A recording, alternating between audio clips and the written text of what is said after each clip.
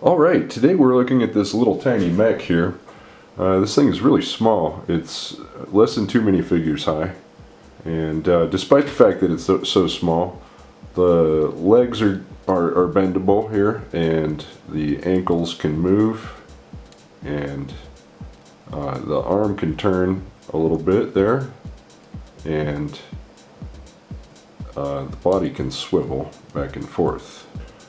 This was made by my son Ian, and today he's going to take this thing apart and build it for you. Alright, here's Ian.